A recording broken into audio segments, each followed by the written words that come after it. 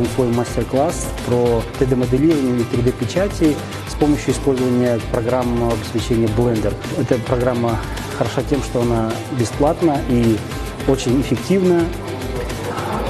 Здесь в данном мастер-классе учителя смогут освоить базовые навыки 3D-моделирования, в ходе которого они сделают свой собственный брелок, который впоследствии в конце мастер-класса мы распечатаем и подарим им в качестве подарка.